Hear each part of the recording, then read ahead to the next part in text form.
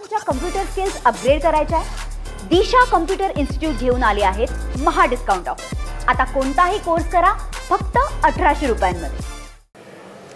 मुंबईकरांच्या सेवेमध्ये आणखी एक मुंबई मेट्रोचा टप्पा दाखल झालेला आहे। मुंबई मेट्रो 3 बीकेसी ते आरे पर्यंत पहिला टप्पा ऑक्टोबर महिन्यामध्ये सुरू झाला होता आणि आजपासून दुसऱ्या टप्प्याचं अनावरण जे आहे ते मुख्यमंत्री देवेंद्र फडणवीस आणि उपमुख्यमंत्री एकनाथ शिंदे यांच्या उपस्थितीमध्ये पार पडलेला आहे। आणि आता उद्या सकाळपासून मेट्रोचा प्रवास जो आहे तो मुंबईकरांसाठी सुरू होणार आहे। बीकेसी पासून ते वरळी नाका आचार्य यात्रे चौक इथपर्यंतचा दुसरा टप्पा जो आहे तो उद्यापासून सुरू होणार असल्याची माहिती मुख्यमंत्री देवेंद्र फडणवीस यांनी दिलेली आहे।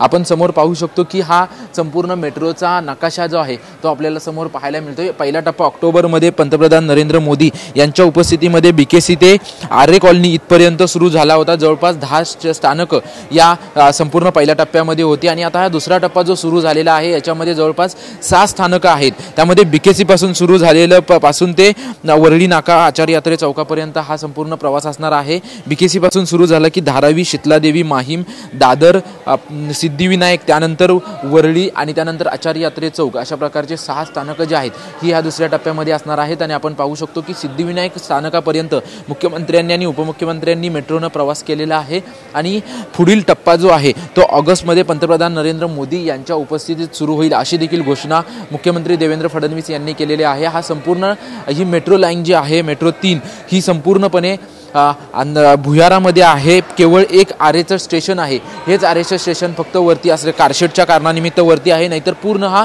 ॲक्वालाईन प्रोजेक्ट आहे। ॲक्वालाईन प्रोजेक्टचं काम MMRCAच्या वतीनं जे आहे ते गेल्या अनेक वर्षांपासून सुरू होतं। त्यातला पहिला टप्पा ऑक्टोबर महिन्यामध्ये सुरू झाला होता। आपण पाहू शकतो की सर्व साधनांनी सुसज्ज असं हे सिद्धिविनायक मेट्रो स्टेशन आहे।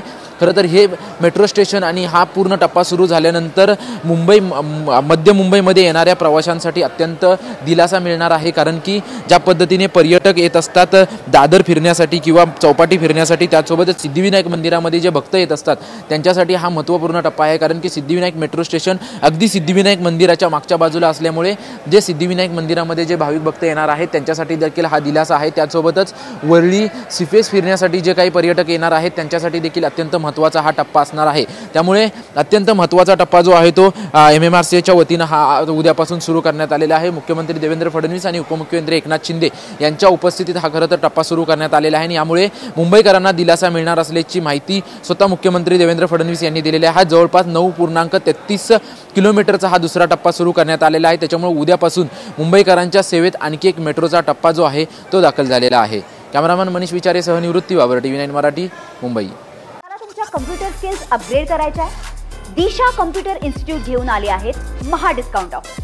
आता कोणताही कोर्स करा फक्त 1800 रुपयांमध्ये।